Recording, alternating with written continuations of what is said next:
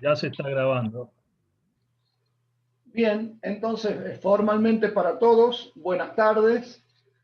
Tengo a mi cargo la clase teórica de hoy, que es la continuación de un tema que hemos venido analizando el miércoles pasado también en la clase teórica, que es el desarrollo del impuesto sobre los bienes personales.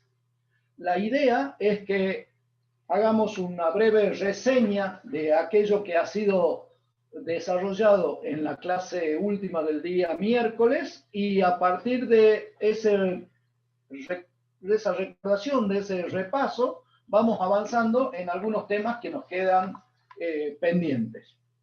Decíamos, el impuesto a los bienes personales había sido un impuesto de emergencia creado nada más que por 9 periodos fiscales allá en 1991. Fíjense que la emergencia, y si le sumamos 9 a 1991, en el 2020 o 2021 ya tendríamos que tener este impuesto fuera de aplicación, diría yo. Pero en realidad se ha venido renovando periódicamente. Dijimos, es un impuesto que lo podemos catalogar como de contenido patrimonial, o sea, grava los patrimonios de las personas humanas.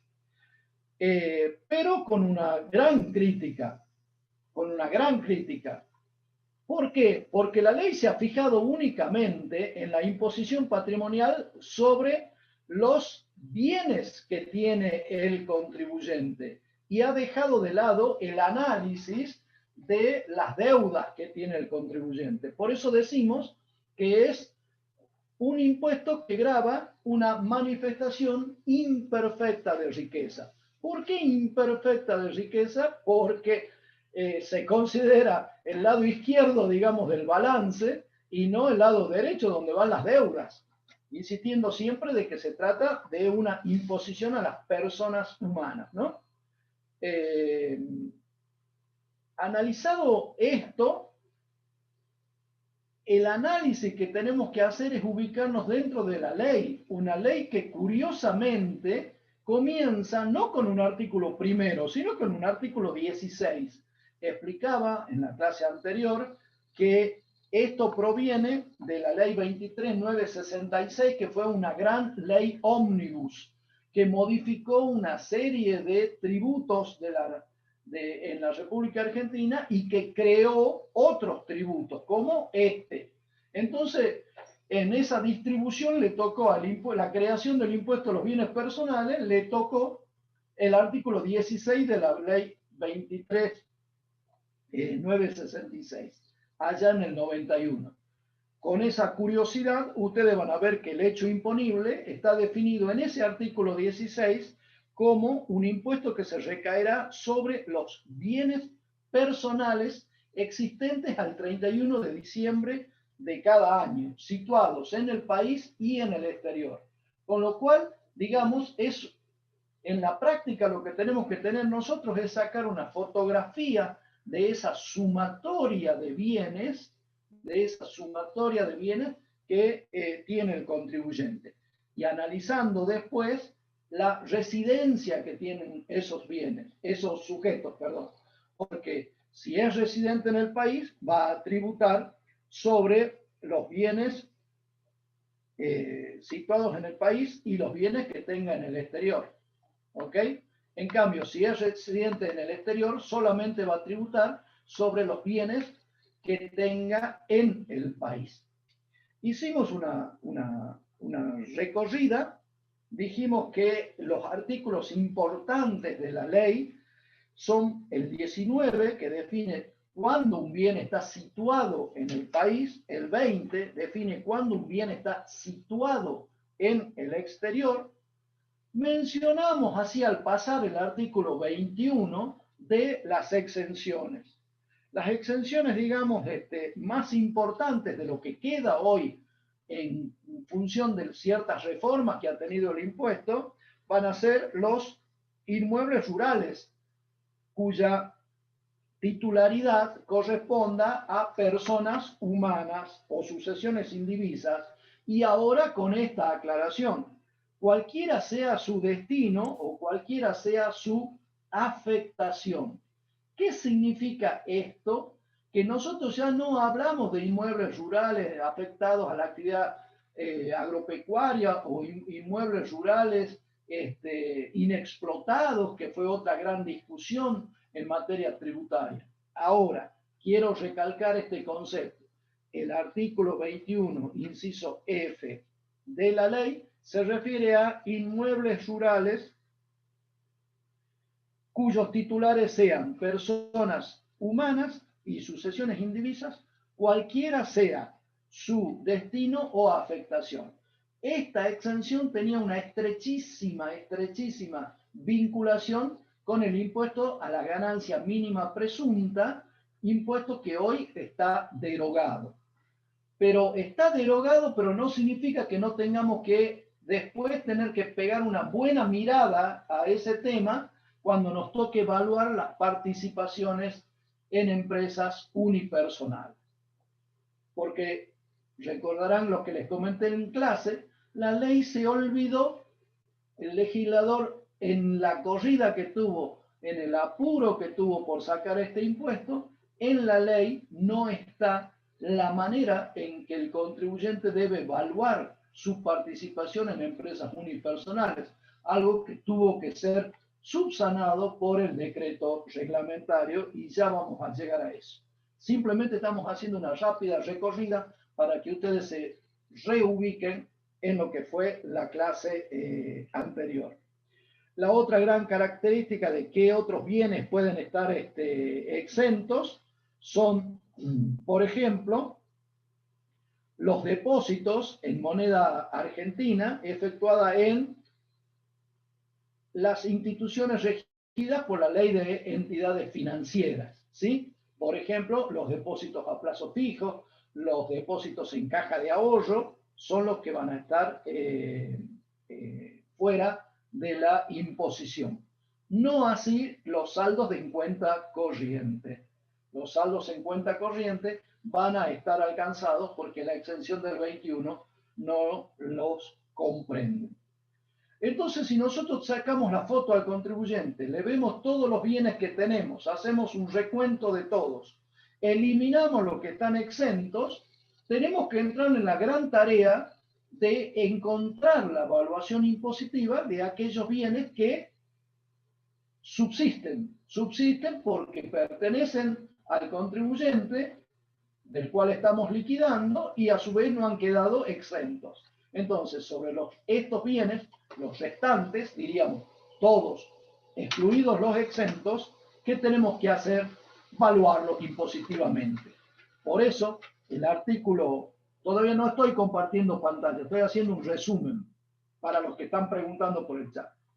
Por eso, haciendo, digamos, un resumen, quizás el artículo más utilizado de la ley de impuestos a los bienes personales sea el artículo 22. ¿Y por qué? Y porque con el artículo 22 comienza el capítulo segundo de la ley, que es valuación de bienes situados en el país.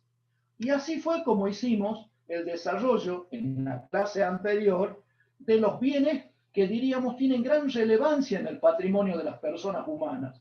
Dijimos, el primero de todos de los que se encarga la ley, en el inciso A, son los inmuebles. Y para los inmuebles tiene una evaluación, digamos, especial. ¿Cómo se evalúan los inmuebles en bienes personales? Al costo de adquisición o ingreso al patrimonio, lo tengo que actualizar. Le tengo que restar las amortizaciones acumuladas. Tengo que sacar su valor residual actualizado. Y a su vez tengo un piso y tengo un techo. ¿Cuál era el piso? El valor fiscal vigente al 31 de diciembre del 2017. Ese es el piso, pero cuidado, a ese piso lo tengo que actualizar al año que se liquida. ¿Por qué?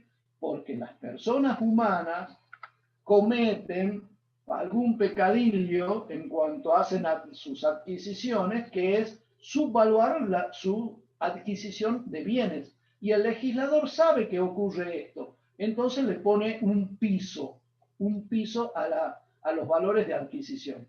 Y dice, a ver, usted haga figurar en la escritura lo que se le ocurra, pero cuidado, a los fines de la evaluación de bienes personales, el piso va a ser el valor fiscal.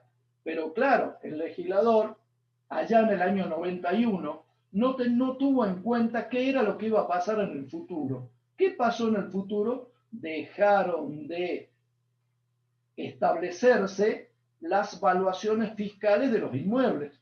A título de ejemplo o de anécdota, le comentaba a nuestros alumnos que en Salta, la última vez que hubo una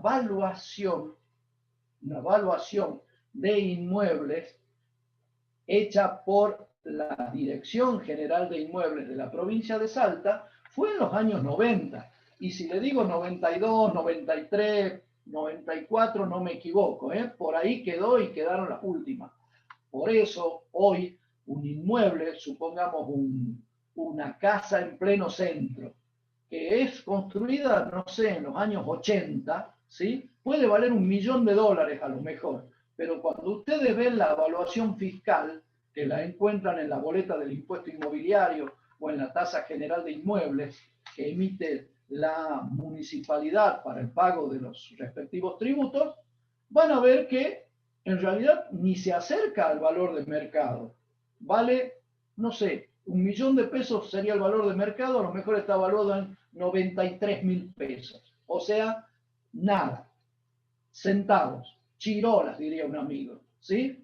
Entonces, esa evaluación fiscal, el legislador se ha dado cuenta en la reforma, en las últimas reformas, de que ha quedado demasiado baja y introdujo en la ley un párrafo que dijo que las evaluaciones fiscales iban a ser actualizadas, iban a ser uniformes a lo largo de todo el país y que se iba a crear un organismo que iba a determinar esas evaluaciones fiscales.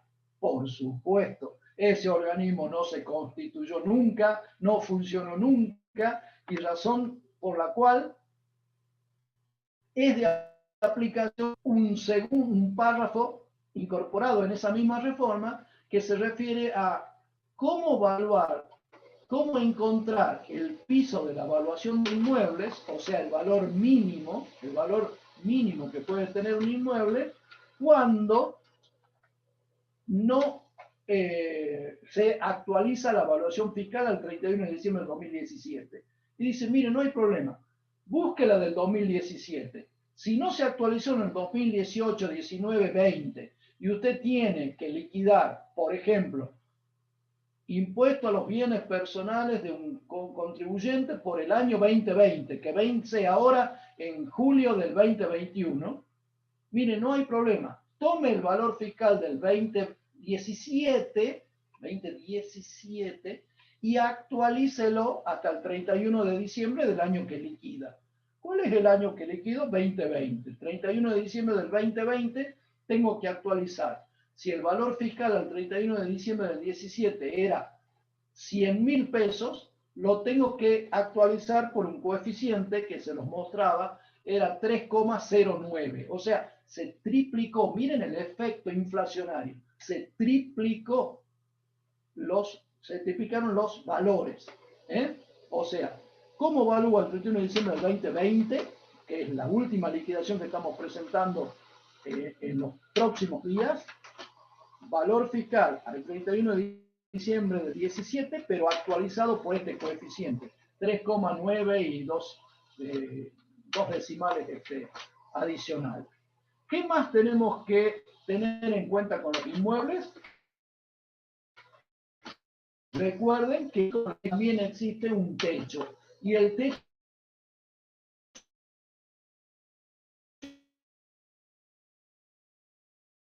es el valor de mercado. Ese tipo de valuaciones, valor de mercado, sí puede haber bienes que el mercado me marca un valor inferior al valor de costo actualizado. Y no me complico la vida con las amortizaciones acumuladas porque le doy el ejemplo de un campo. Y le dije, miren, este les juro que es un caso real. Yo tengo un cliente que vive en Jujuy, pero que tiene inmuebles en la provincia de Buenos Aires. Y esos inmuebles que son rurales en la provincia de Buenos Aires, cuando estaban grabados, ¿no? Esos inmuebles en la provincia de Buenos Aires están total y absolutamente inundados. Y al haber estado inundados por el equivalente a 2 años o 2 años y medio que tuvieron agua encima, hace que pierdan valor de producción. O sea, no son inmuebles aptos para ningún tipo de explotación. Entonces, puede haber casos en donde tenga que utilizar el techo de la evaluación. Sí, claro que sí. Y ahí tienen un ejemplo. Al considerar la evaluación, otro caso particular, tengo que tener en cuenta qué es lo que queda del bien. Porque si yo en la evaluación fiscal o en el costo de adquisición tengo incorporada, por ejemplo, habitaciones o sectores de un inmueble que hoy no existen porque se derrumbaron, porque se destruyeron, etcétera, etcétera, bueno, tendré que ajustar ese tipo, tendré que ajustar la evaluación de ese tipo de inmueble. Y después decíamos, ¿qué otra característica tiene la evaluación de inmuebles? Ojo, cuando resto la amortización que deduzco es la amortización acumulada. Acumulada. ¿Por qué? Porque toda la ley tiene un espíritu. La evaluación de los bienes lo más cercana posible a el 31 de diciembre del año que se liquida. ¿Y qué pasa si yo compré, por ejemplo, un inmueble, pero no lo afecté al alquiler? Lo tuve ahí parado como inversión. Mire, ese es un problema del impuesto a las ganancias. Usted cuando liquida bienes personales le tiene que restar la amortización acumulada desde la fecha de adquisición.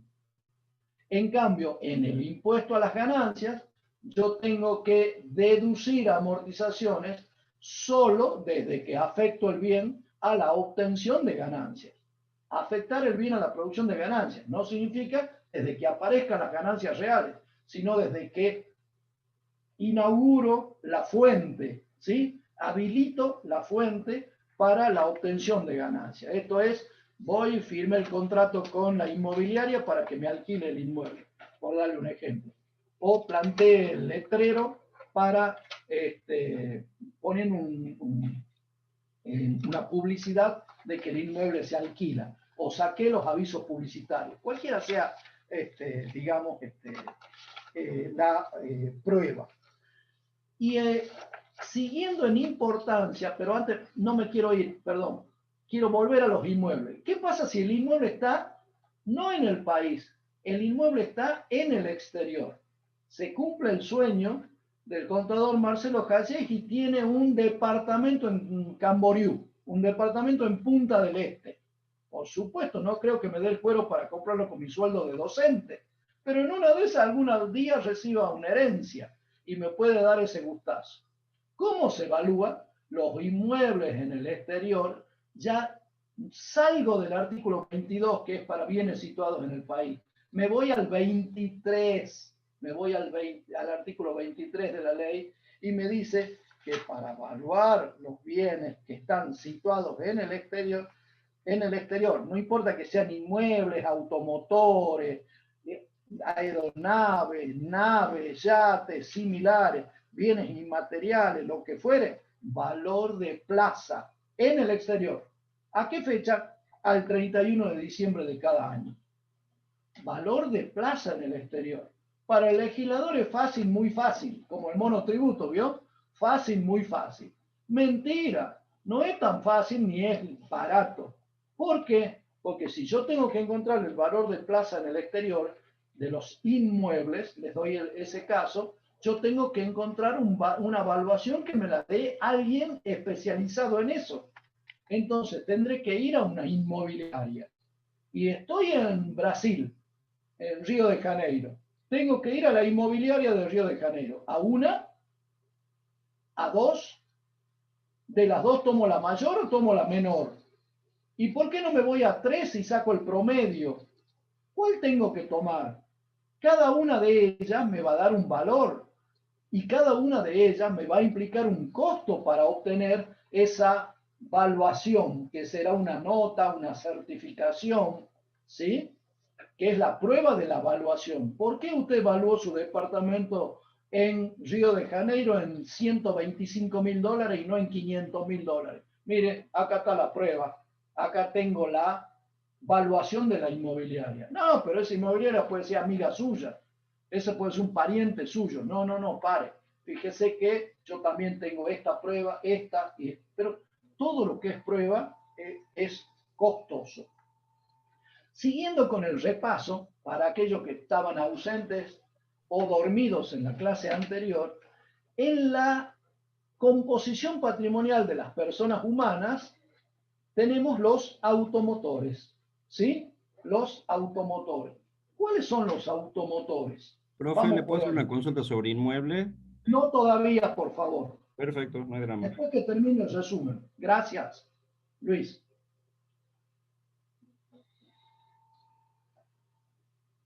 Vuelvo al tema automotores.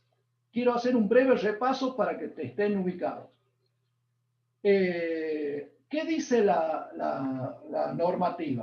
Primero que nada, cuando estoy en el artículo 22 de los bienes situados en el país,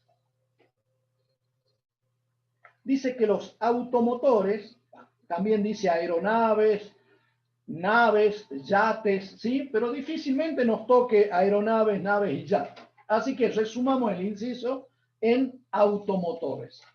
Acá en automotores, volvemos a decir lo mismo que dijimos en ganancias.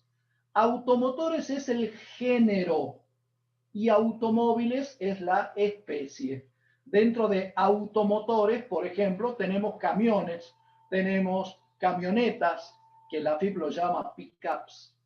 Tenemos motocicletas, por ejemplo.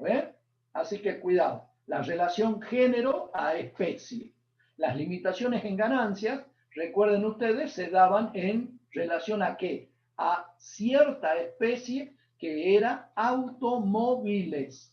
No se aplica, por ejemplo, las restricciones en ganancias para motocicletas o no se aplica para las camionetas, lo que llamamos nosotros camionetas, ni tampoco en camiones.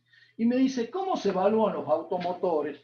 Mire, los automotores se evalúan a su valor residual porque dice que a la evaluación del costo de adquisición lo tengo que actualizar y le tengo que restar las amortizaciones acumuladas. ¿Qué amortizaciones?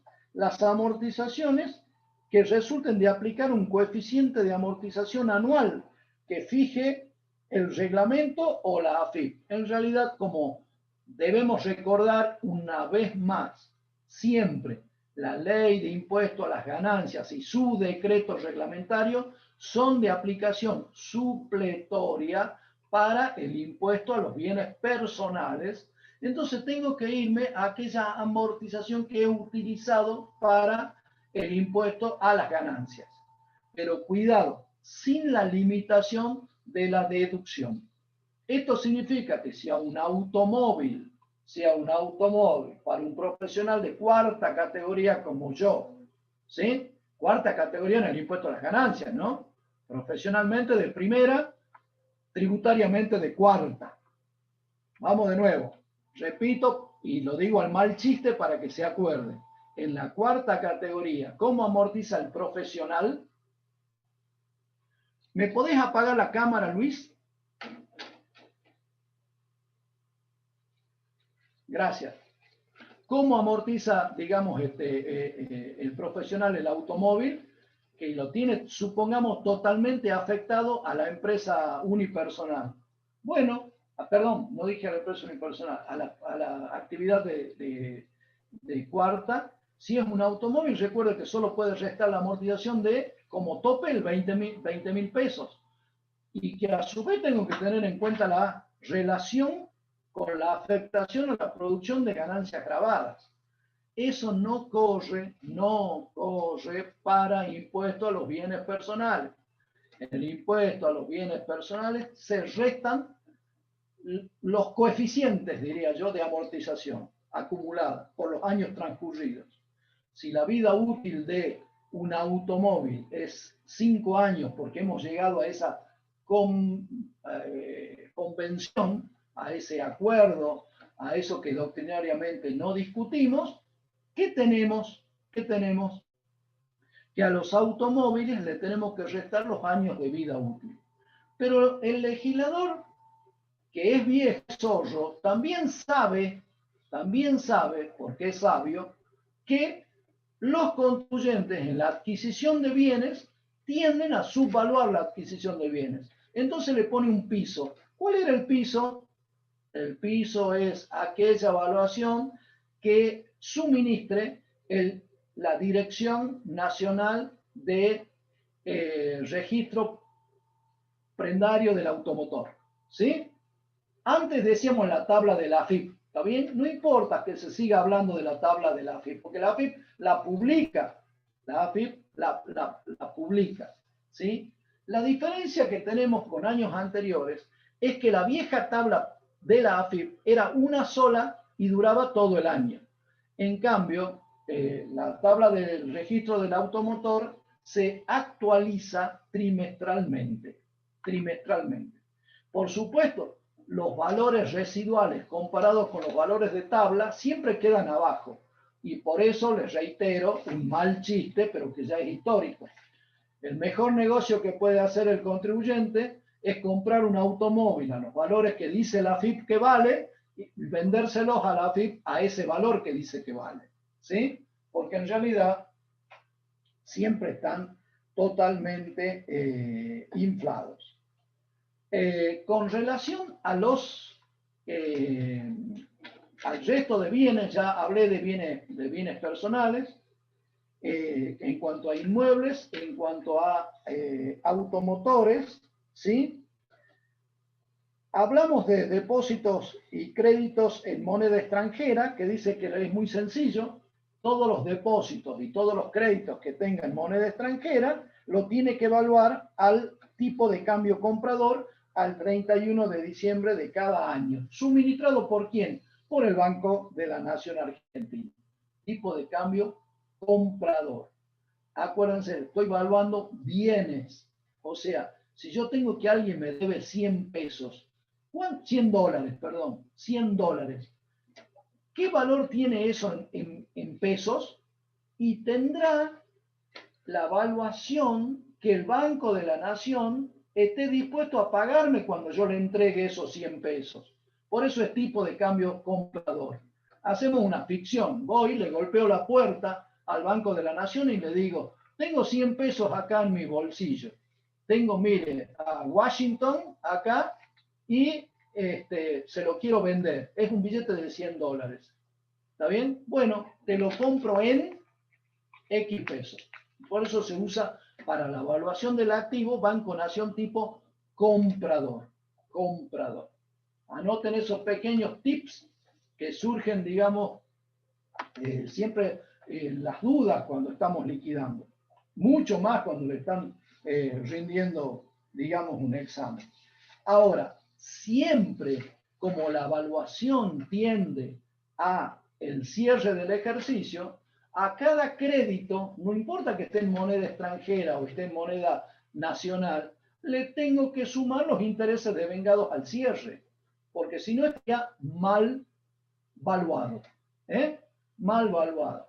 Y usted dirá, mira, yo tengo honorarios a cobrar, soy un profesional de cuarta categoría. En el estudio Hayet tenemos 100 pesos para cobrar y es una factura emitida por Marcelo. Listo. Bueno, son 100 pesos. Pero che, yo le emití esa factura en agosto. Estamos al 31 de diciembre y no la cobramos todavía. Ah, bueno, nos debe honorarios más intereses. Supongamos, honorarios más intereses. Yo la tengo que evaluar a ese valor. Capital más interés. Y ese es un crédito. Y en ganancia no lo declaré nunca porque la renta de cuarta La renta de cuarta se declara por lo percibido. Y como me queda el crédito a cobrar, nunca lo cobré, nunca hubo percepción. ¿Eh? Bien. ¿Qué otro tema especial tenemos para tratar?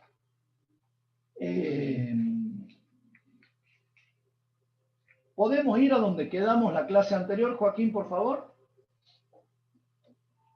Bien, voy a pasar a Gracias. compartir entonces. Ahora sí vamos a pasar a compartir. ¿Qué vamos a compartir? El material que hemos tratado, en la clase anterior. Y habíamos llegado hasta acá, hasta esta filmina, que no la habíamos desarrollado todavía, porque tratamos los inmuebles y ahora vamos a tratar aquellos bienes de uso afectados a actividades grabadas en el impuesto a las ganancias. Miren la cantidad de requisitos que estamos analizando, pero cuando les pongo un ejemplo, se van a dar cuenta que es bastante sencillo. Bienes de uso. ¿Qué tipo de bienes? Los afectados a actividades grabadas en el impuesto a las ganancias, pero por sujetos que sean personas físicas o humanas, decimos hoy, y que no sean empresas. El típico, recontra típico, cantado y desgastado ejemplo es los bienes de uso del estudio profesional.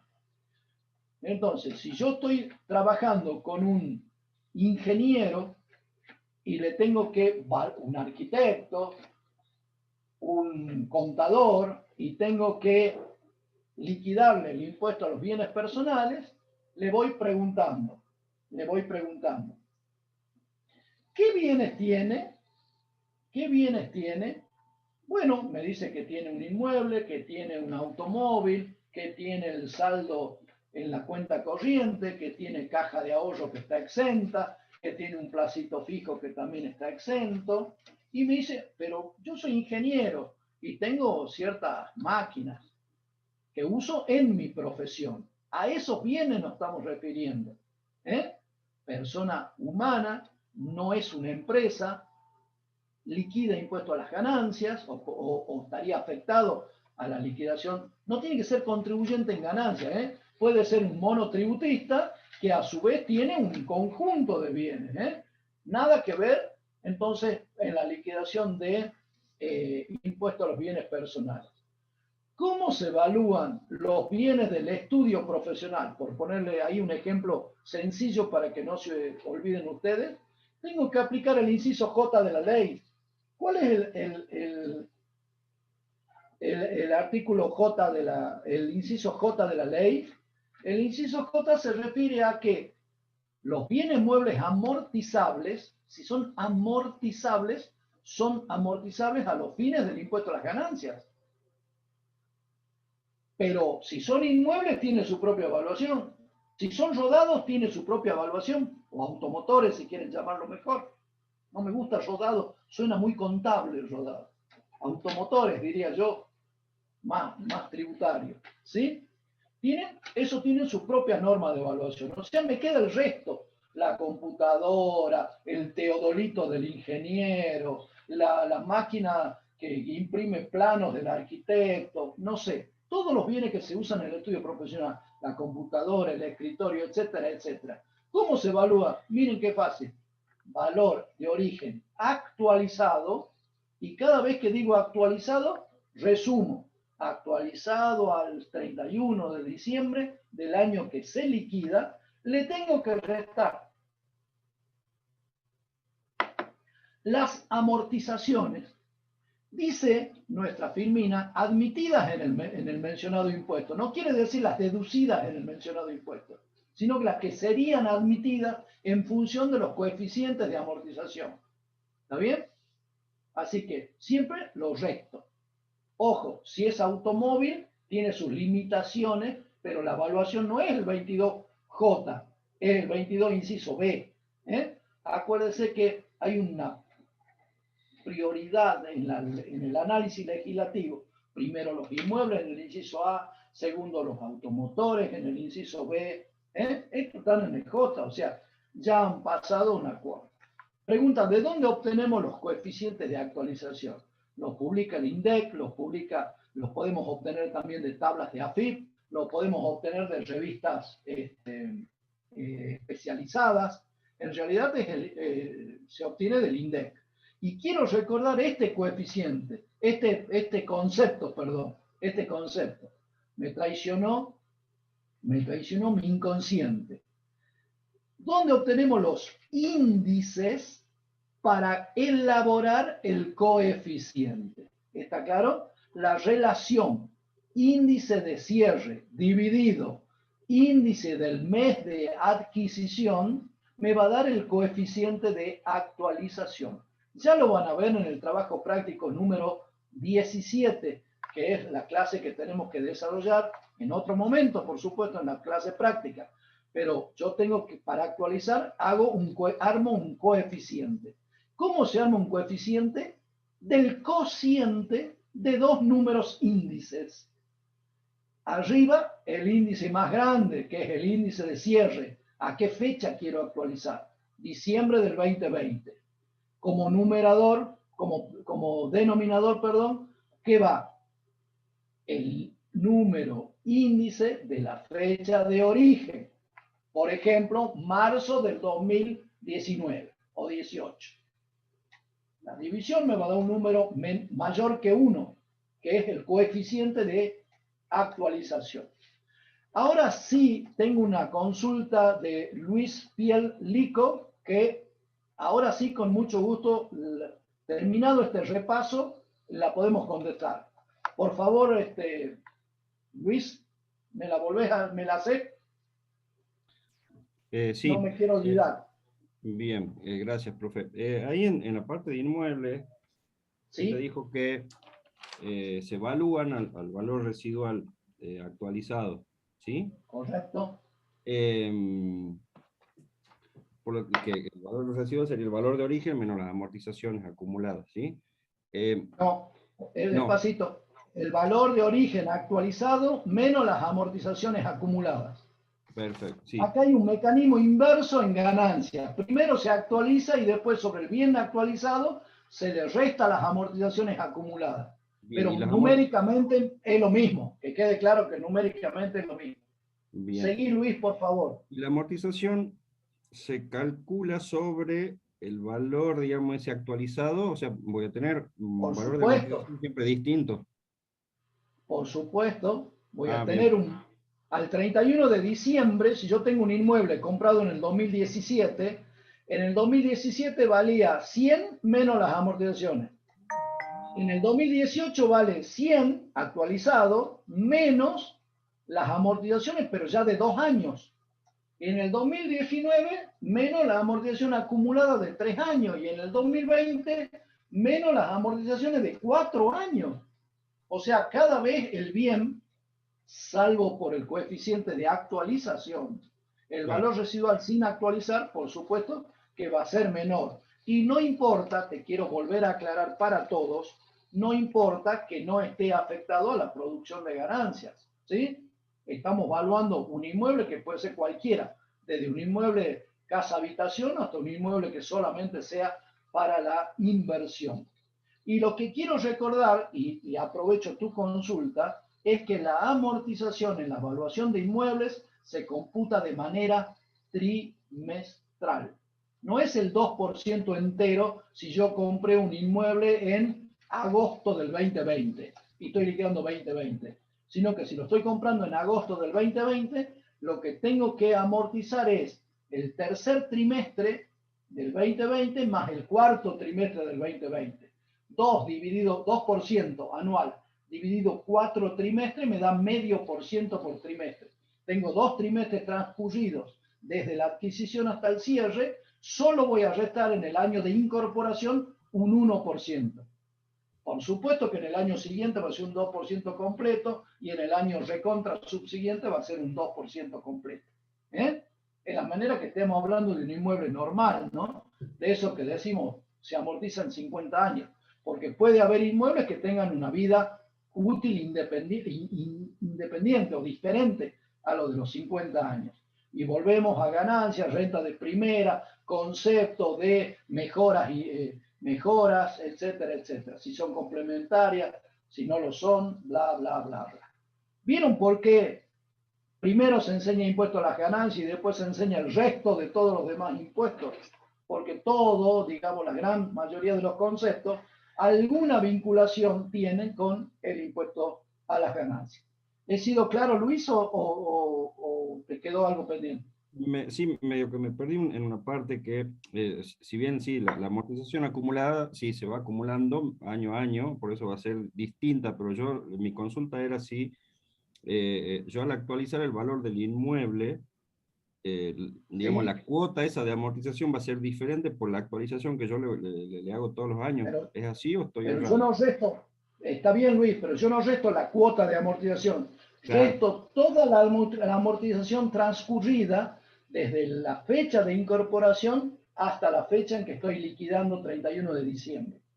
Ya lo claro, vas pero... a tener más que clarito en los casos prácticos. Ah, ¿Eh? perfecto, No te hagas listo. problema por ahora porque vamos a tener casos prácticos cuando veamos el TP número, creo que 17. ¿Ok? Gracias. Sí, sí. Por favor, gracias a vos por participar. Vamos a la siguiente filmina, por favor. Y acá tenemos algo que nos complica la vida, que es cómo se evalúan las acciones. A ver, una persona humana tiene acciones. ¿Qué significa que tiene acciones? Significa que tiene una participación societaria en una sociedad por acciones, que puede ser la sociedad anónima u otro tipo de sociedad por acciones. ¿Sí? Podría ser la participación accionaria en una comandita por acciones. ¿Por qué no? Pero el caso más sencillo, más común, más didáctico es, supongamos, en la SA. Admítame en esa licencia. Vamos al artículo 22, inciso H. Si yo me voy al 22, inciso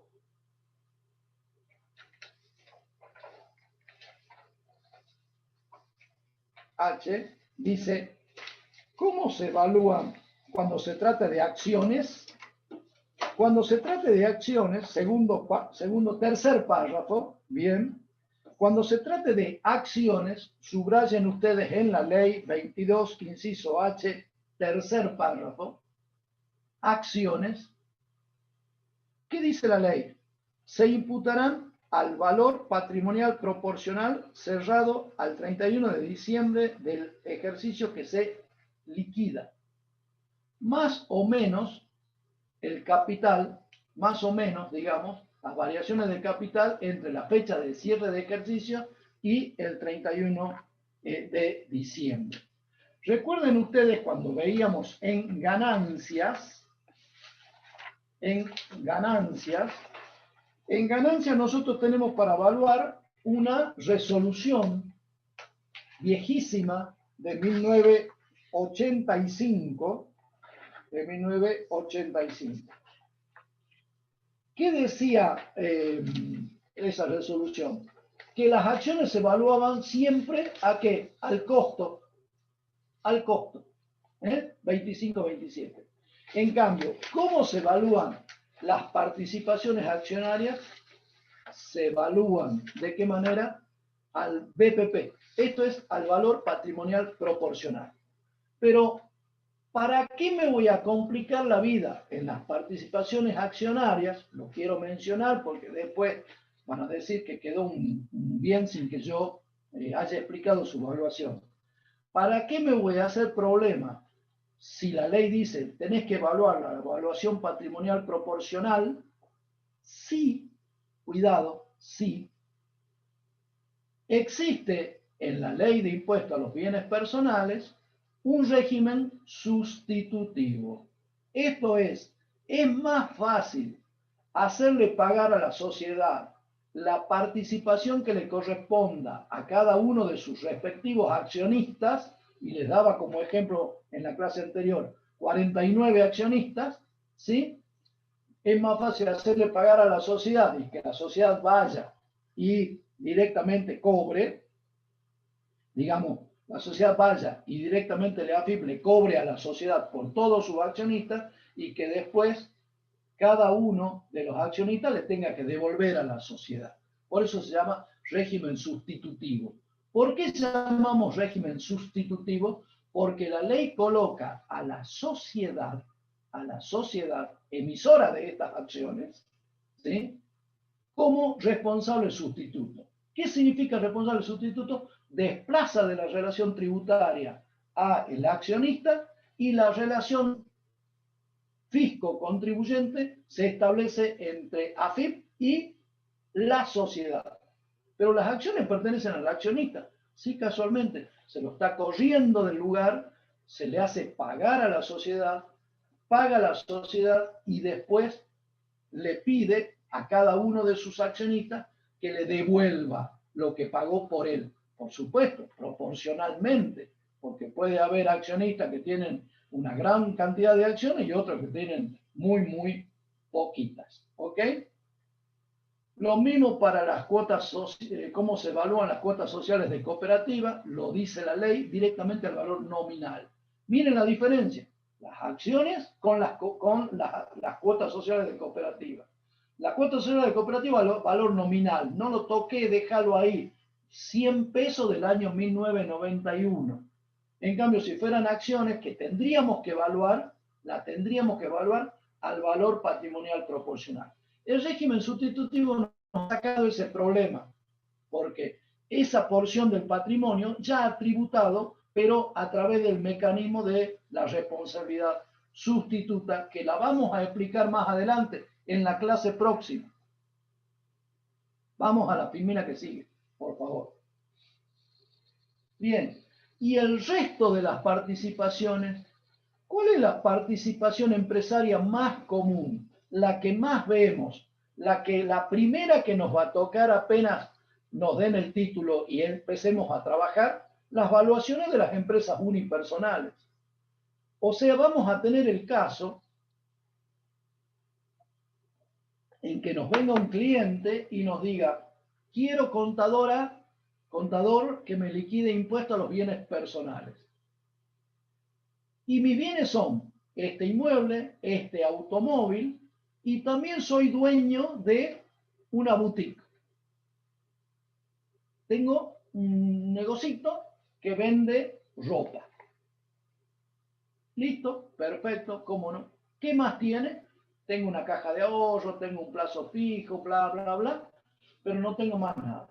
Bien, ¿cómo se evalúa la empresa unipersonal? Lo primero que hago es corregir la terminología. La terminología errónea. Yo no evalúo la empresa unipersonal. Yo evalúo el capital neto de la empresa unipersonal. ¿Y qué es el capital neto de la empresa unipersonal? Y la lógica nos dice, y los años de contabilidad también nos dicen, que el capital neto de la empresa unipersonal será la diferencia de activos menos pasivos. Otro ajuste en la terminología.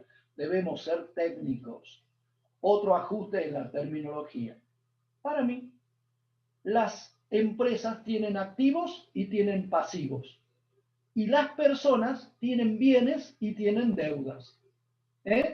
Si nosotros respetamos esa terminología, vamos a andar bastante más fácil por el mundo de la tributación. Lo primero que le decimos es, la ley se olvidó que los contribuyentes del impuesto a los bienes personales, uno de sus bienes puede ser la empresa unipersonal, el capital neto de la empresa unipersonal, corrigiéndome, capital neto de la empresa unipersonal. Y le ponemos en la filmina. En realidad lo puso la contadora Romero y yo le estoy usando el material a título gratuito. No existe norma de evaluación en la ley. En la ley de IPP no está. Se lo comió el legislador porque andaba apuradísimo. Esta ley ómnibus, no me quiero equivocar, pero salió el 1 de agosto de 1991.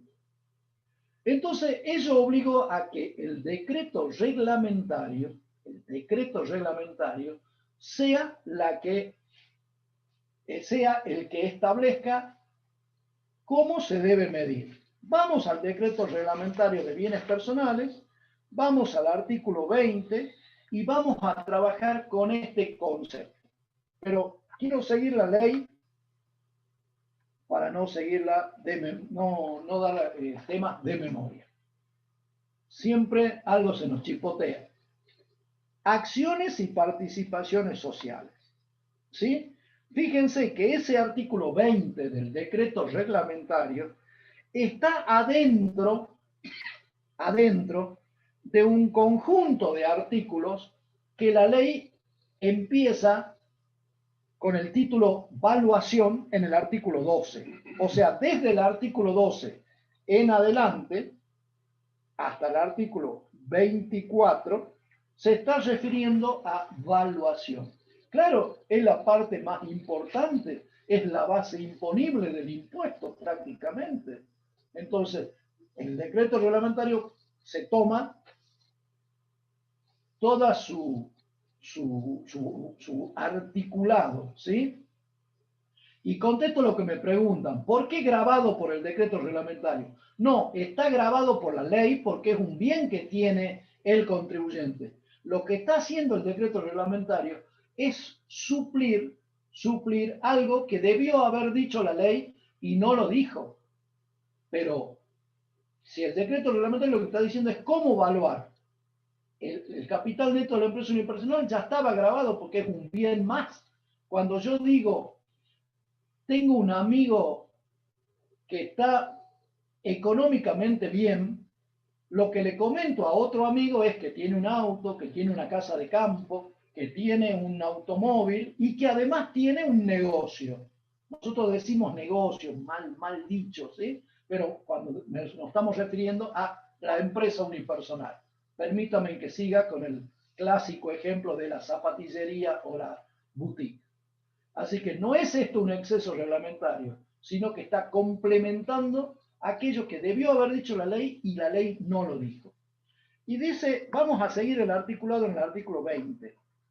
¿Cómo se evalúa?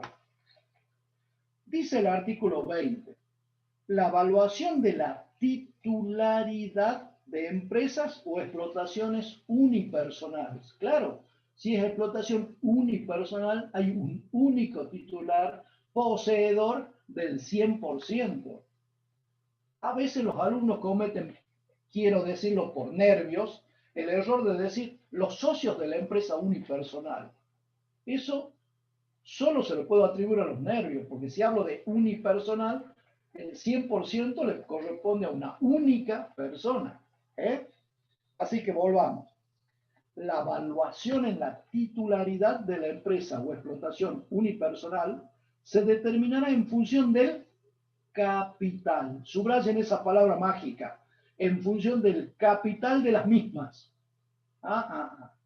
¿Y cuál es el capital de las mismas? El que surja de la diferencia de entre qué cosas, entre el activo y el pasivo. Entonces, la titularidad es el capital y el capital es una diferencia y la diferencia es entre activo menos pasivo. ¿Y a qué fecha? Y al 31 de diciembre del año respectivo. Y después continúa diciendo el artículo, disminuido en el monto de las acciones y participaciones. Claro, si yo tengo si la empresa unipersonal tiene acciones de otra sociedad, esas acciones de la otra sociedad, esa tenencia de acciones, ya han tributado por el régimen sustitutivo. Por eso hay que sacarlo.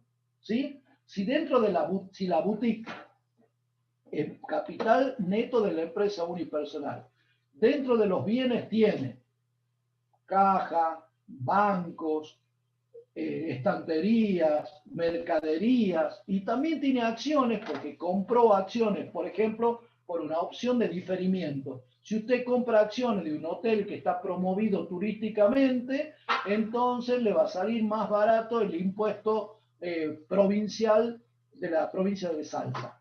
¿Sí? Entonces, en vez de pagar impuestos, compra acciones de una empresa promovida. algún ejemplo, que son acciones que son de la empresa unipersonal. Entonces, cuidado que tenemos que excluirlo. Entonces, yo pondría así, el capital es igual al activo menos las acciones y participaciones, y a su vez a ese subtotal le tengo que restar el pasivo, ¿sí? Entonces, le saco las participaciones en sociedades de la edición de 550 y me queda el capital neto. Y la pregunta del millón es, ¿y cómo se evalúa ese activo? Ah, no hay problema. El artículo 22 del DR, en el primer párrafo, me dice cómo debo yo evaluarlo. ¿Sí? El activo lo tengo que evaluar según las normas del impuesto a las ganancias mínima presunta. Y ahí me saltan a la yugular todos los alumnos que saben que el impuesto a la ganancia mínima presunta está derogado. Y me dicen, pero profe, ¿usted quiere que yo evalúe algo con una ley que ya no existe? Y yo les diría, es con una ley que no está en vigencia para determinar un impuesto que no está en vigencia, que es el impuesto a las ganancias mínimas presuntas. Pero la ley de bienes personales todavía a hoy continúa diciendo, para evaluar el activo, tome las normas de ganancia mínima presunta. Y para evaluar el pasivo, entonces le voy a dar normas especiales. Vamos al artículo 22 del decreto reglamentario. Artículo 22. El capital, y el decreto reglamentario refuerza el concepto, porque dice el capital, y a continuación, activo menos pasivo, que debe consignarse a efectos de determinar la titularidad de las empresas unipersonales, se determinará valuando el activo según el artículo 4 del impuesto a la ganancia mínima presunta. Listo. Ahí definió el activo. Y para evaluar el pasivo de la empresa unipersonal, para evaluar el pasivo, debe considerarse lo siguiente: las deudas de la sociedad. Como no era la empresa unipersonal, bueno, puede ser que esté evaluando una sociedad de hecho. También para el caso ese, las deudas de la sociedad de empresa o explotación y todas las provisiones, que son deudas en realidad, lo tengo que restar. Si la deuda está en moneda extranjera, la tengo que evaluar al cierre, y todas las deudas las tengo que evaluar incorporándole siempre el interés devengado al cierre. Tanto en cuentas por cobrar como en cuentas por pagar, siempre la evaluación es al cierre. Y si hay intereses, por supuesto que lo tengo que adicionar al concepto que se pague.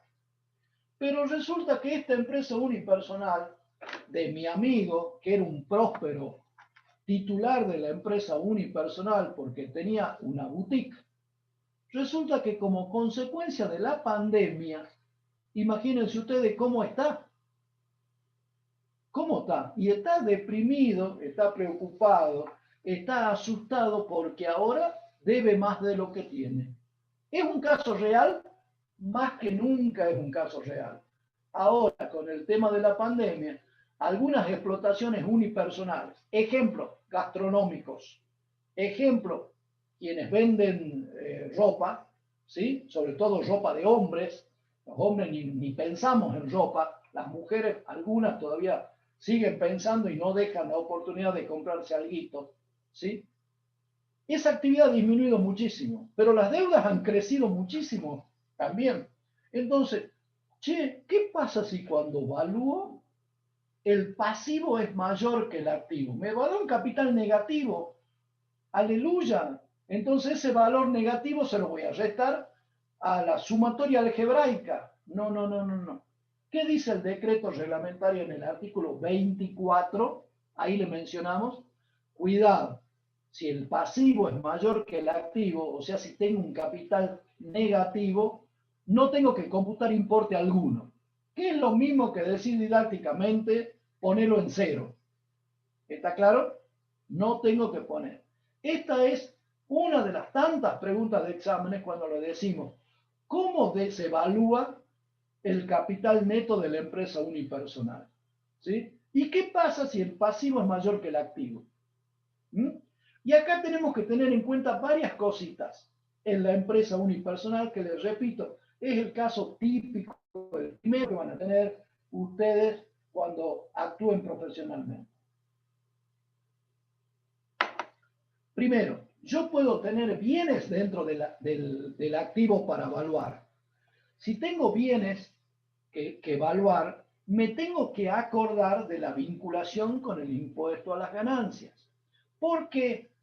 Porque yo puedo tener en el impuesto a las ganancias la aplicación del régimen de venta y reemplazo, que ahí dice artículo 67 y hoy es 71, si mal no recuerdo. Hay uno, sí, hay que... Trato de adecuarme a la nueva numeración. Y lo que me trae como consecuencia es que me olvido de lo que ya sabía y no aprendo los números nuevos, ¿sí? Pero a lo largo del tiempo vamos a seguirlo manejando.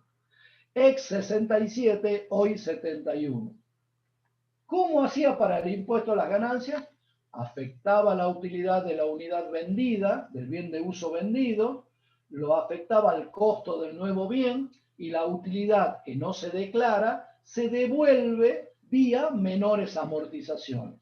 O sea que la evaluación del bien era menor porque estaba afectada por la utilidad que se difiere en el tiempo con relación a la tributación, porque el régimen quiere promover la renovación de los bienes de uso del contribuyente. Bueno, la evaluación contable, impositiva para impuesto a las ganancias, disminuida de la utilidad impositiva que se usa para calcular la amortización impositiva de los bienes de uso que sufrieron la afectación del artículo 71, régimen de venta y reemplazo, no corre para impuesto a los bienes personales. No corre para bienes personales, ¿qué significa? Que cuando estoy evaluando el bien dentro de la empresa unipersonal, el bien lo tengo que considerar valor de origen menos amortizaciones acumuladas, normalmente. O sea, ¿cuáles son las diferencias? Recuerden, yo no estoy evaluando la computadora en función de impuesto a las ganancias, la tengo que evaluar de acuerdo a las normas de bienes personales. ¿Sí? Y así como no tengo que computar la opción del régimen de venta y reemplazo, o sea, tengo que tomar valor de origen menos amortizaciones acumuladas, porque recuerden el objetivo. ¿Qué estoy evaluando? El capital neto de la empresa unipersonal. Y el capital neto de la empresa unipersonal es un bien, un solo bien. ¿Cómo se determina ese bien? A través de una suma algebraica. Activos menos pasivos, valuados de acuerdo a la norma de bienes personales. No siempre concuerdan con el impuesto a las ganancias. No siempre. Si en ganancias se afectó por venta y reemplazo, artículo 71, en bienes personales no corre esa evaluación. Así que empiece a evaluar de nuevo. Pero si estaría evaluando los bienes de cambio, concuerda, la evaluación de ganancias es la misma que tengo que tomar para bienes personales. Si tengo que evaluar los bienes de uso y tengo que ver si en los bienes de uso no se hizo la opción de venta y reemplazo, concuerda con la evaluación de ganancias, solo que acá, digamos, tengo que revisar siempre bien por bien. Y a continuación, vamos a ver algo que siempre les trae conflictos. ¿Qué trae conflictos? ¿Qué trae conflictos? Los automóviles. La empresa unipersonal ¿puede tener automóviles? Por supuesto que sí. ¿Por qué? Porque los necesita para su actividad. Puede tener un automóvil que usa para el reparto, que lo usa para los trámites administrativos, etcétera, etcétera. ¿Quién es el titular de ese automóvil? La empresa unipersonal. Y ustedes me dirán, no, pero a ver, si yo le pido el título del automotor, el título ese que me pide la policía cuando cuando estoy circulando o me pide el adquirente al cual yo le estoy por vender mi automóvil usado, lo que se llama el título de propiedad del automotor, y ahí va a salir el nombre de la persona física, que por supuesto es el mismo nombre del titular de la empresa unipersonal. ¿Sí? Como dice Miriam Campastro, que es sabia, dice, es como desdoblar la personalidad. Por un lado la persona física, por el otro la empresa unipersonal, pero en un único cuerpo. Sí, claro. ¿Qué pasa si la empresa unipersonal tiene un automóvil? ¿Ok? Entonces, cuidado. Si el automóvil es parte integrante del activo, subrayo el término, insisto con la terminología, a riesgo que me digan que soy un plomazo. Si el automóvil, si el automotor es de la empresa unipersonal, no se compara con tablas. No se compara con tablas. Va por el valor residual actualizado. ¿Qué pasa si el automóvil es de la persona física, del sujeto de cuarta categoría, profesional, contador? Lo tengo que comparar con tablas, siempre. Pero si el automóvil es de la empresa unipersonal, o sea, es parte integrante del activo y por ende figura dentro de la sumatoria algebraica para determinar ese único bien que es el capital neto de la empresa unipersonal, no, y lo ponemos grande, yo lo hubiera puesto más grande todavía, no se compara con tablas de AFIP. Hoy las tablas de AFIP son las que surgen del registro de propiedad del automotor. ¿Ok? Entonces, tengan en cuenta las características y resumen. No hay normas, vuelve un segundito para hacerle este resumen nada más. No hay normas de evaluación para la empresa unipersonal en la ley. Obligó a que el decreto reglamentario subsanara este tema. Insiste el decreto reglamentario que la evaluación de la empresa unipersonal es su capital neto. ¿Qué significa capital neto? La diferencia entre activo depurado de participaciones societarias que pudiera tener ese activo, ¿sí?, menos los pasivos. Para evaluar los activos me manda el artículo 4 de mínima presunta. Para evaluar las deudas me da normas de evaluación que son normas bastante lógicas. Deudas actualizadas al cierre con los intereses devengados que pudieran existir hasta el 31 de diciembre. Cuando digo cierre, cierre del año calendario.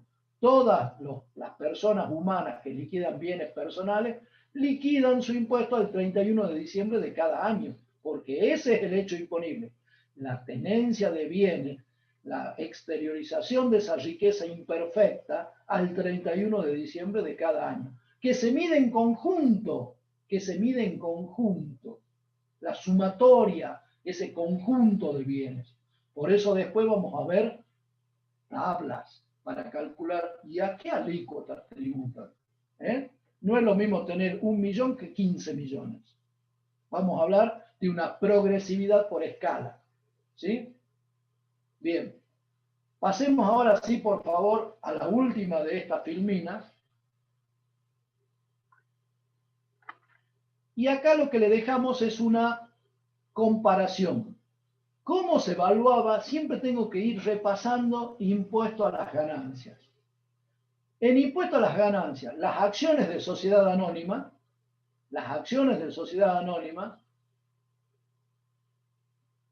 traen como consecuencia la generación de dividendos.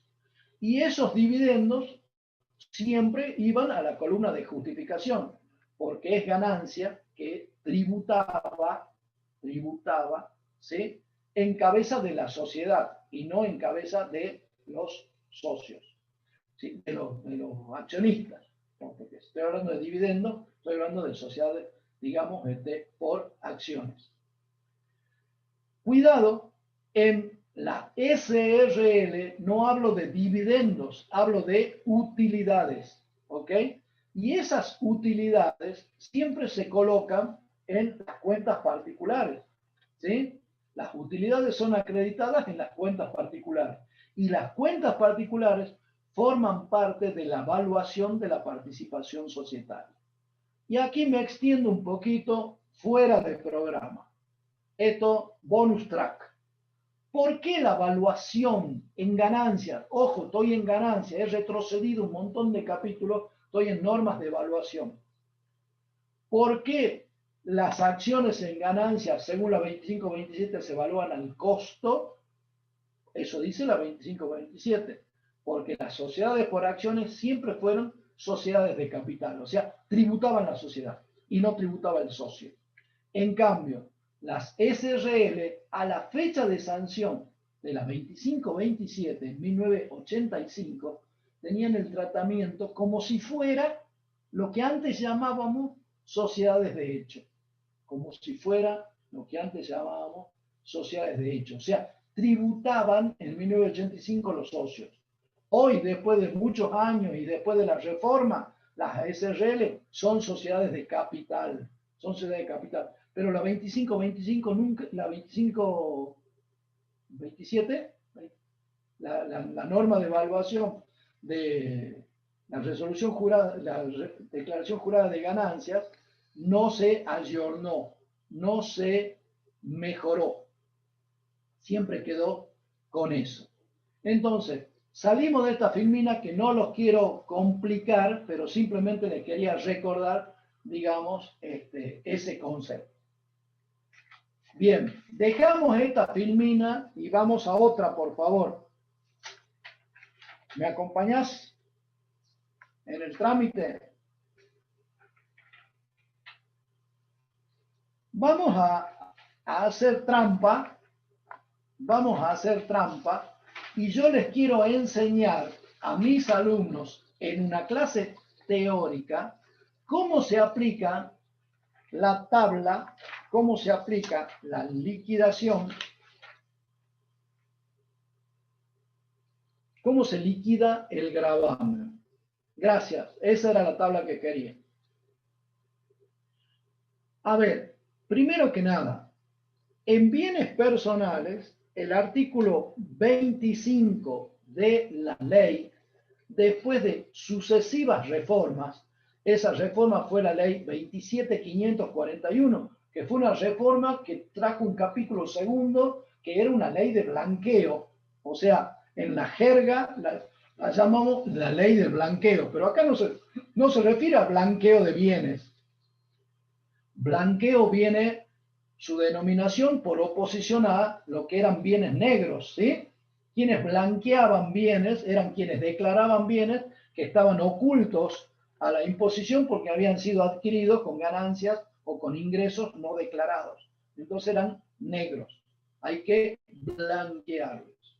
Y ahí viene el término blanqueo. Bien, miren. El artículo 25 de la ley tiene ahora alícuotas progresivas. Y acá me paro, porque no quiero confundir. Tiene una progresividad por escalas. ¿Esto qué significa? ¿Qué significa? Que en función de determinados tramos, de 0 a 3 millones, de 3 millones a 6 millones y medio, de 6 millones y medio a 18 millones, de 18 millones en adelante, se determinan distintos valores. Pero resulta que cada tramo que se va incorporando, por ejemplo, el primer tramo va de 0 a 3 millones, se tributa al 0,5%.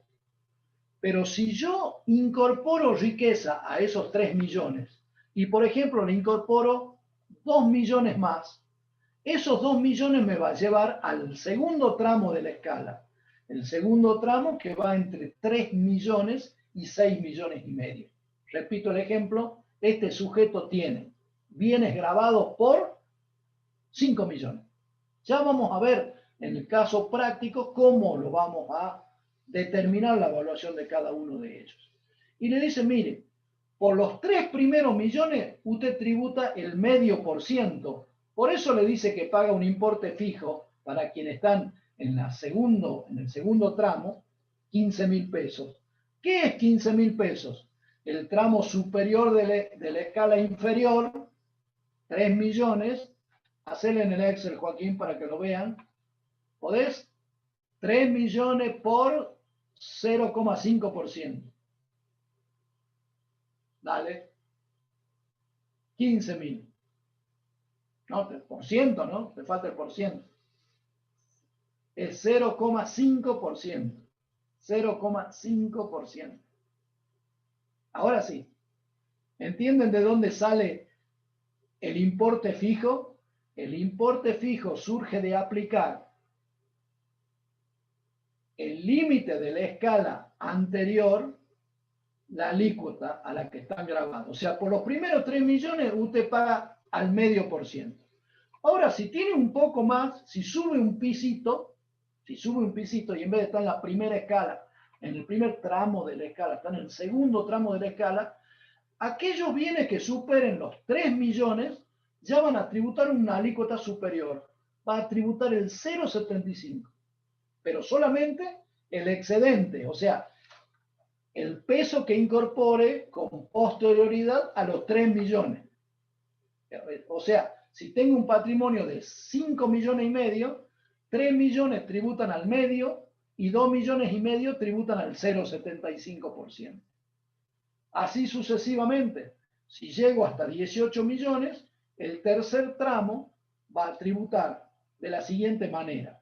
Una porción al medio, otra porción al 0,75 y otra porción al 1%. Esto es lo que se llama progresividad por tramos. Mientras más tramos sube el contribuyente, más rico es. Tiene una exteriorización de riqueza mayor. Y cada tramo implica una alícuota que va creciendo hasta llegar al 1,25%. Este caso sería recontrapava y todos nos iríamos ya a preparar la cerveza para ver el fútbol,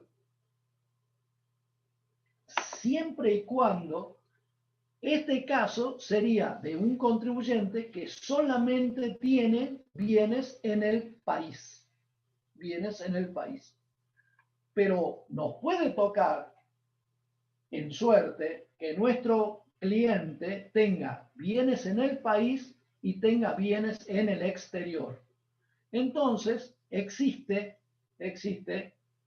otra tabla que ya viene incorporada, no por el artículo 28 de la ley de blanqueo, que es la 27.541, sino que vino incorporada por el decreto 99 del año 2019, que dice, vamos a castigar un poquito. Si alguien tiene bienes fuera del país, eso está reflejando algo. Eso tiene olor a capacidad contributiva superior, por decirlo didácticamente. El legislador dijo, vamos a analizar el patrimonio, pero en su conjunto. O sea, vamos a tomar el total de los bienes que estén en el país y el total de los bienes que tengan en el exterior. Y los vamos a meter todo en una misma escala. ¿Para qué? Para encontrar un tramo de la escala que solamente vamos a utilizar para evaluar aquellos bienes que tengan en el exterior. ¿Cómo? Parece un trabalengua. Y no es tan difícil. Los bienes en el país tributan por la tabla anterior que Joaquín acaba de pintar de amarillo, y los bienes en el exterior van a tributar de acuerdo a esta escala que tenemos en verde. El valor total de los bienes que están en el exterior, ¿sí?, que excedan el mínimo no imponible, ya vamos a hablar del mínimo no imponible, van a tributar a otra alícuota. No va a tributar al 0,5%, que era el tramo primero de la escala que tenemos en amarillo. En vez del 0,50 va a tributar al 0,70. Comparen, 0,50 con 0,70. Tiene un recargo de un 40%. Y si estoy en el segundo tramo, en vez del 0,75 va a tributar al 1,20. 0,75 versus 1,20. Fíjense que los tramos son iguales, ¿eh? Son iguales. Y si estoy en el tercer tramo y en vez del 1%, va a tributar el 1,80%. Ahí se ve más numéricamente, más fácil, más didácticamente, el espíritu del legislador. El espíritu del legislador fue gravar los bienes del exterior con una alícuota más pesada que si ese conjunto de bienes estarían en el país. Castigarlo, diría yo, castigarlo. Evaluar más fuerte, numéricamente hablando, es castigar. Hasta llegar a una alícuota recontra superior, que sería la del 2,25%, que sería el último tramo. El último tramo, de 18 millones en adelante, en vez de tributar el 1,25, tributa el 2,25. El 2,25. Y le voy a dar, para ir anticipando y para que vean un ejemplo, a riesgo de que ustedes ya lo van a ver en el trabajo práctico, los números para que ustedes vean cómo se aplica. ¿Qué voy a utilizar como herramienta didáctica de hoy? ¿Qué voy a utilizar? Ya le contesto la pregunta María de los Ángeles Vélez Arellano. ¿Se evalúan todos los bienes? Sí, todos los bienes hay que evaluarlos. El tema es cómo. Se lo voy a dar utilizando el TP17, de manera tal que ustedes, cuando vean el trabajo práctico, ya tengan en vista cómo se aplica la tabla. Por favor, vamos a la solución. Bien. Estamos yendo al trabajo práctico número 17, a la solución, y un poquito más arriba, yo quiero que lleguemos al total de bienes que tiene. Baja, baja, baja, baja. Quiero que me quede tiempo para explicar bienes del hogar y uso personal. Voy Baja, baja, baja. a mostrar las columnas, si no, no se va a entender. Ah, bueno, muchas gracias, perdón. Gracias. Acá ¿Qué columnas tenemos? Explícalo vos. sí, tenemos el concepto, detalle, el ítem haciendo la referencia al práctico que vamos a ver esta semana, el jueves. Tenemos cálculos auxiliares en columna interna y lo interesante, ya evaluado conforme la ley y el decreto reglamentario de bienes personales, tenemos una división entre bienes situados en el país y los bienes del exterior. Estas dos primeras columnas F y G son bienes del país y del exterior, y luego, conjuntamente con ello, aquellos que juegan como exentos o no alcanzados. Y también los que tributan, tendría que decir acá, Régimen sustitutivo. régimen sustitutivo, exactamente. Estos son exentos y no alcanzados, total de bienes del país, total de bienes del exterior. Suponiendo que uno ya Están todos evaluados. hizo las evaluaciones respectivas, llega a este subtotal. Más Estos abajo. son, sí, o sea, sin bienes del hogar estaba, pensé Más que... abajo, más abajo.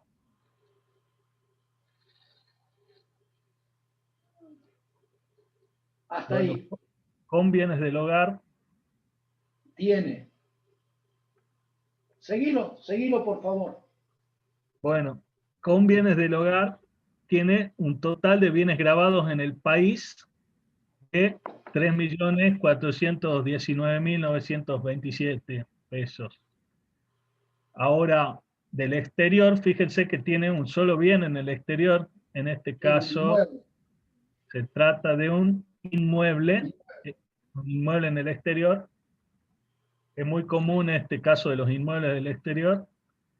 El sueño de tu papá. El sueño de tu papá. Bueno, tiene 10.659.000 pesos, y como exentos no grabados y no computables, etcétera, tiene 1.482.150. liquidación. Esa es toda la riqueza del contribuyente. Algunos están grabados y otros no están grabados. Y de los que están grabados, los que están en amarillo, 3.419.000, están en el país.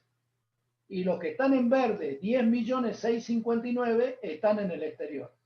¿Cómo tributan los amarillos? O sea, los que están en el país. Seguí, Joaquín. Bueno, con respecto al total de bienes situados en el país, el conjunto de bienes con bienes del hogar es de 3.419.000 pesos. Para ello existe un mínimo no imponible que está previsto en el artículo 24 de la Ley de Bienes Personales de 2 millones. Entonces se puede detraer 2 millones de esa evaluación, entonces la base imponible queda por la diferencia 1.419.000. Y el 1.419.000 quedaría comprendido en la escala, en el primer tramo de la escala que vimos recién. Vamos a mostrarlo. En este caso, vamos a otro color. De 0 a 3 millones, ahí está la alícuota del medio por ciento, sin fijo. Sin fijo. Vamos. Por ende, si se aplica el medio por ciento, el impuesto a ingresar por bienes del país son los 7.099,63. Bien, hasta ahí nomás. Con relación al mínimo no imponible, la reforma de la ley estableció los 2 millones para el año 2019 y no estableció una actualización automática. Por lo tanto, esos 2 millones corren desde el 2019 al 2020 también. Ahora, las declaraciones juradas que estamos cerrando, estamos tomando un mínimo no imponible de 2 millones de pesos, con una inflación que en promedio, y para hablar de números reales, de números redondos y reales, andamos por el 50%, ¿ok? Fíjense una vez más lo desprolijo que resulta no actualizar conceptos que expresaban un mínimo no imponible. El legislador no quiso grabar hasta ahí, quiso grabar por arriba de ese valor. Si yo no actualizo esa barrera y todo lo demás sube, y la barrera queda cada vez más abajo, ese tope de 2 millones se ha desnaturalizado. Ese tope viene del 2019. Yo tributo al medio por ciento y me da 7.099,63. Una partecita del impuesto, que es el impuesto que se calcula sobre los bienes situados en el país. Pero tengo que evaluar la riqueza global del contribuyente, esa riqueza imperfecta, esos conjuntos de bienes que no suman las deudas, que no restan las deudas. No las suma algebraicamente, digo, no las resta. Ya evalué y que lo tengo en naranja, 7.099 es el impuesto que corresponde porque en el primer tramo de la escala tengo que utilizar el medio por ciento. ¿Cómo evalúo, profesor, el impuesto por los bienes en el exterior? Bien, para calcular el impuesto que correspondería ingresar por la tenencia de bienes en el exterior, en este caso, si ustedes suman el total o el valor total de los bienes del país y del exterior, tanto grabados como no grabados por el gravamen o por el impuesto, para ser redundante, las tres columnas son 15.561.513,51. Bien. Perfecto. Ahora tengo que ver en qué tramo de la escala estoy, pero utilizando la tabla, vamos a poner otro color. ¿La tabla qué color tenía? No, ¿qué color tiene la tabla? Verde. Bueno, evalúe con verde entonces. La didáctica ante todo. Bueno. Entonces, utilizando la tabla de abajo, que emana del decreto 99 del 2019, ¿en qué tramo nos ubicamos? En el tramo entre 6 fíjense, valor total de bienes del país y del exterior. Y Entre acá, 6,5 perdón, José, millones. hay que aclarar que estamos hablando del total de bienes. No dijo de bienes grabados en el país y en el exterior. Dijo total de bienes. Entonces, por eso estamos sumando los exentos, los no computables, los que tributan por responsabilidad sustitutiva. Estamos juntando todos. Sí, esto cuando salió en su momento trajo cierta polémica porque nosotros entendíamos primero que era el total de bienes grabados, pero AFIP después aclaró que era el total de bienes, tanto grabados, exentos y no grabados. Por eso, sumando las tres columnas, los 15.561.000 corresponden a este tramo, corresponden al tercer tramo que veíamos recién, vuelvo, entre 6.500.000 a 18 millones inclusive, 1,80. Pero ese 1,80 se aplica únicamente sobre, en este caso, el total de bienes en el exterior, que era ese único inmueble que mostré recién, que ustedes aplican a los 10.649.000, 1,80% corresponde ingresar por el inmueble del exterior 191.869. El impuesto determinado total es ambos, es ambos. La porción correspondiente a los bienes del país más los bienes del exterior. Pero, o sea, esto con números es bastante más Es simple de fácil de entender. entender. Por eso es que quería, cuando planifiqué el dictado de esta clase, siempre hay que pensarla antes de darla, siempre hay que tomarse un tiempo. ¿Cuál sería la mejor herramienta para explicar este concepto? ¿Y por qué no? Vamos adelantando una parte del trabajo práctico. Y vuelvo a repetir el concepto. ¿Qué busca la ley? Grabar el conjunto de bienes, alcanzar la capacidad contributiva del conjunto de bienes del contribuyente, gravando más fuertemente aquellos bienes que están en el exterior. ¿Cómo encuentra la manera? ¿Cómo encuentra la manera de grabar más fuertemente los bienes que están en el exterior? Fácil, crea una tabla diferente y dentro de la tabla diferente analiza la situación del contribuyente considerando el conjunto total de bienes. Parece una redundancia, pero permítame para ser más didáctico. Conjunto total de bienes. ¿Qué significa conjunto? Que junto todo. Y total, que junto. Dentro de ese conjunto, los situados en el país, los situados en el exterior y los que están en la columna H, que son los no computables, los exentos, los no gravados y los que tributan por responsabilidad sustitutiva. ¿Cuál va a ser el impuesto determinado para este sujeto? 198.000. Pero fíjense, una parte de los bienes, los que están en el país, tributan al medio y los que están en el exterior tributan a más que el triple, tributan al 1,8. Si fuera 1,5 la alícuota ya sería el triple. Está tributando al 1,8. ¿Por qué? Porque está juntando toda la capacidad contributiva. Después, por supuesto, al impuesto determinado le vamos a restar los anticipos y vamos a sacar el impuesto neto a ingresar. Pero valga como herramienta para explicar, digamos, este concepto. Bien, podemos salir de ese Me tema.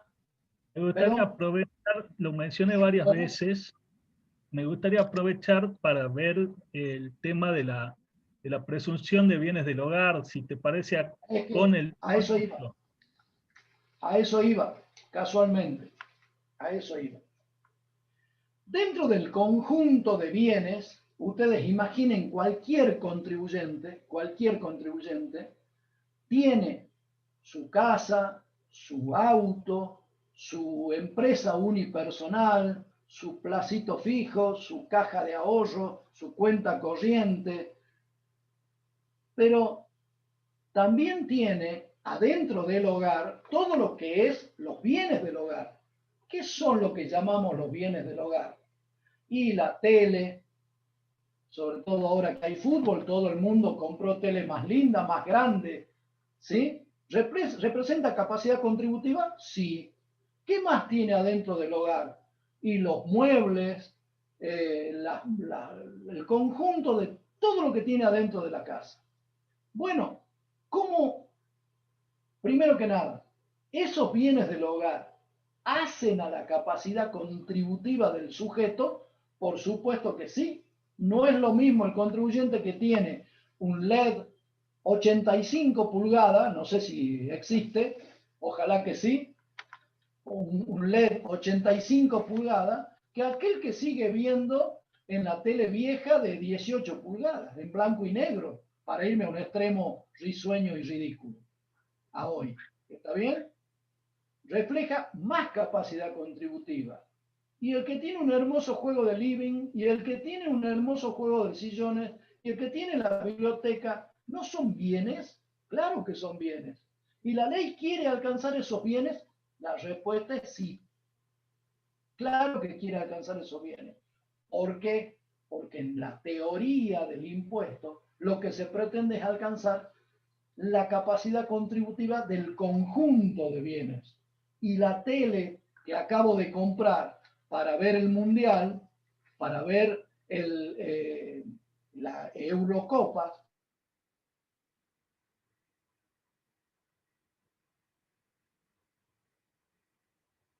Te escucho cortado.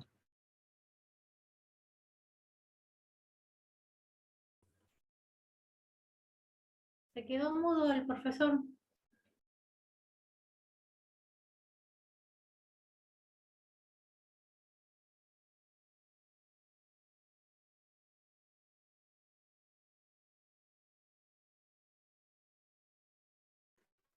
Perdón, me corté yo. No sé si el contador también, Ahí, pero hola, estoy volviendo. Ah, sí, nos desconectamos. Bien, Voy a apagar la cámara por el no hay internet. problema. Sigo explicando. Estoy hablando teoría de la imposición, impuestos sobre bienes personales, riqueza global del contribuyente, capacidad imperfecta de tributación, porque solo se miden los bienes, pero dentro de los bienes están los bienes del hogar. ¿Cómo hace la AFIP para fiscalizar los bienes del hogar? ¿Puede entrar en la intimidad del contribuyente? ¿Puede meterse en mi casa y ver qué tipo de televisor tengo, qué tipo de heladera, freezer, cocina, juego de living, biblioteca y demás hierbas? No. ¿Qué hace entonces el legislador? Fácil. Vamos al artículo 22, inciso G de la ley. Dice, ¿cómo se evalúan los objetos personales y del hogar? Objetos personales y del hogar.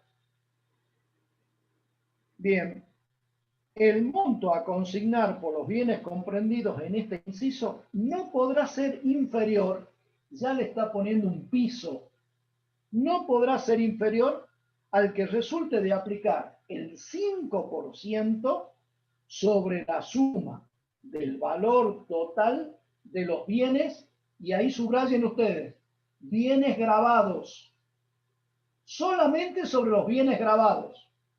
O sea, vamos despacito, no podrá ser inferior al 5% de los bienes grabados. ¿Qué bienes grabados? ¿Qué bienes grabados? Vuelvo a la ley. Los bienes grabados situados en el país,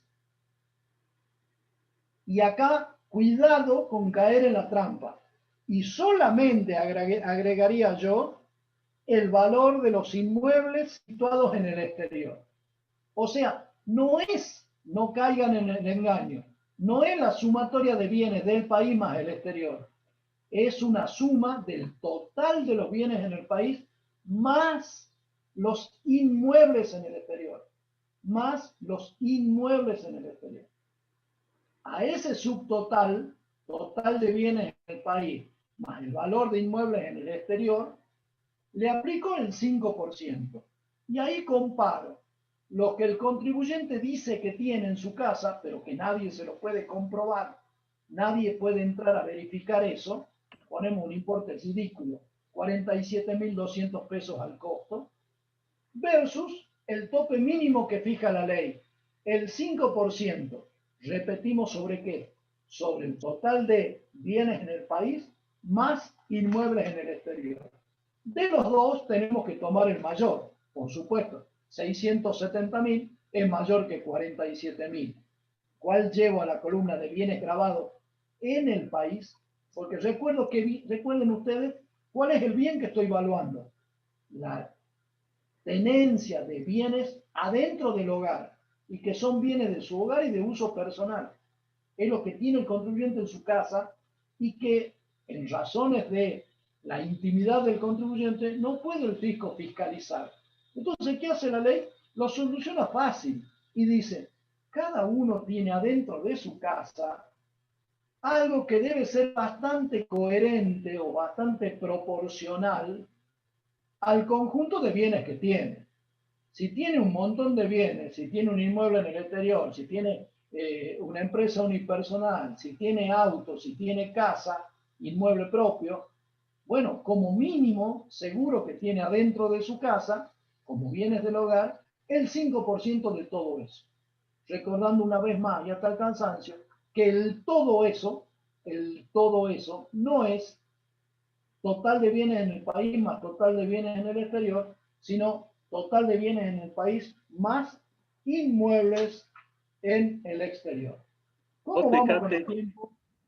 Sí, quedan 15 para las 8. Vos fíjate que de alguna manera hace como solucionando a través de la presunción, digamos, hace una especie de subpresunción en cuanto a que los inmuebles toma el total de bienes grabados en el país y los inmuebles del exterior.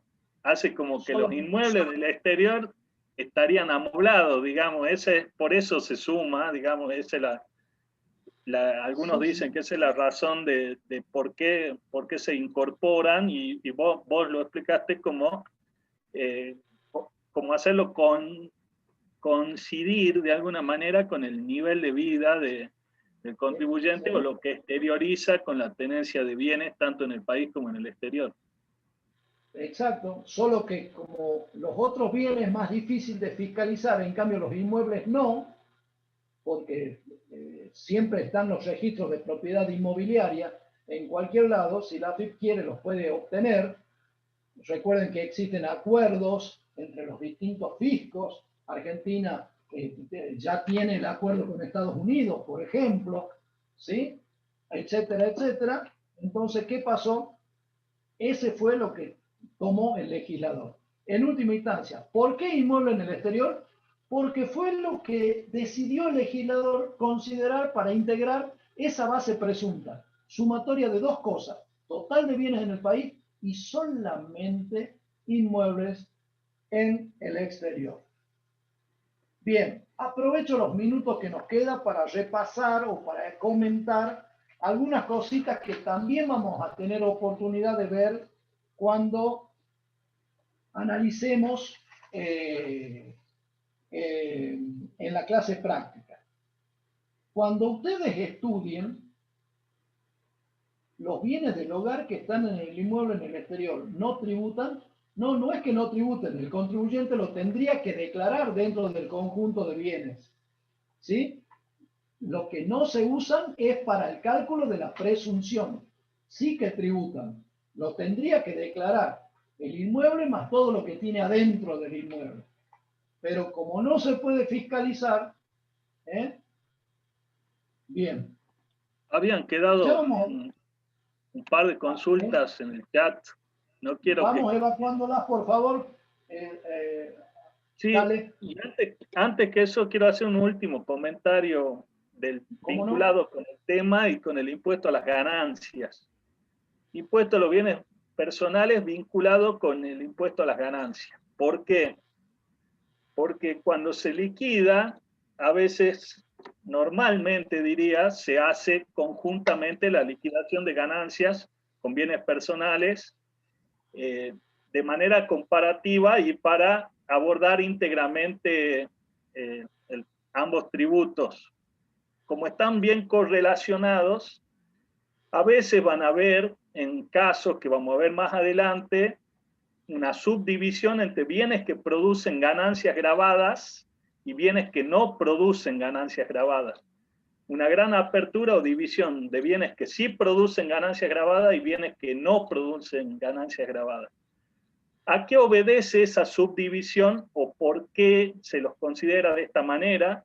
Simplemente es a los fines de la deducibilidad del impuesto sobre los bienes personales en el impuesto a las ganancias. Para aquellos bienes que el impuesto correspondiente a los bienes que sí producen ganancias grabadas va a ser deducible en el impuesto a las ganancias. En cambio, el impuesto sobre los bienes personales correspondiente a bienes que no producen ganancias grabadas va a ser un uso de la ganancia. Por eso, a eso me lo estuvieron consultando en estos días y sin que habíamos visto todavía algún adelantado, pero no habíamos visto todavía esto. Se están adelantando y debe ser esa consulta de alumnos que están preparando la materia para rendir. De todas maneras, ahora vamos a ver el práctico 17 de la semana que viene, un caso de liquidación de bienes personales, y después tenemos un trabajo práctico integrador. El trabajo práctico integrador, como ustedes saben, es en realidad el curso de liquidación de ganancias y bienes personales que se dicta en Salta, en Jujuy, en Tucumán, en Chaco, en Corrientes, en Santiago, en Mendoza y no me acuerdo qué otra parte más a cargo de la contadora Ewes y el contador Sergio Armando Simensen de Bielke, aunque en Tucumán también lo dictó Miriam Campastro con la contadora Ewes y el contador Testa. Y que la semana próxima vamos a dictar para el Consejo Profesional de Ciencias Económicas. O sea, el trabajo que le damos a los contadores, el curso que le damos a los contadores, es el trabajo final integrador de nuestra materia, que consiste en una liquidación de ganancias y de bienes personales. Completa, donde vemos todo. Una de las cosas que vemos es la deducibilidad del impuesto a los bienes personales en el impuesto a las ganancias. Porque si el impuesto grava a bienes que producen ganancias, sería deducible. Después discutiremos cómo lo deduzco. Si por lo devengado, lo percibido, qué tipo de ganancia produce, si son de primero, si son de cuarta, etcétera, etcétera. Pero forma parte, digamos, de eso. Por ahora, tranquilos, repasen todos los conceptos, vayan a la ley despacito, analicen con profundidad, reflexionen algunos comentarios que hemos hecho y les puedo asegurar que en la clase práctica se les van a aclarar todas las dudas. Si no nos quedan preguntas del chat, damos por terminada la clase acá. Sí, hay un par de consultas. Dice, si el automóvil, dice, lo estoy pagando con un plan de ahorro, ¿hay que restarle las cuotas pendientes del plan o cómo se toma para la evaluación? Never. Se lo digo en inglés, que es bastante precario, pero nunca. Primero que nada. Perdón, la consulta puntual era cuando estoy evaluando el activo, el patrimonio neto, digamos, de una unipersonal, para saber si ahí tengo que restar o no las cuotas que estoy debiendo del automóvil. Vamos despacito. El bien que estoy evaluando es un automóvil. Si de ese automóvil yo ya tengo el título de propiedad, ya me lo facturaron y yo estoy debiendo una parte, esa parte no se resta. ¿Por qué? Porque estoy en persona física valuando un automóvil perteneciente a la persona humana.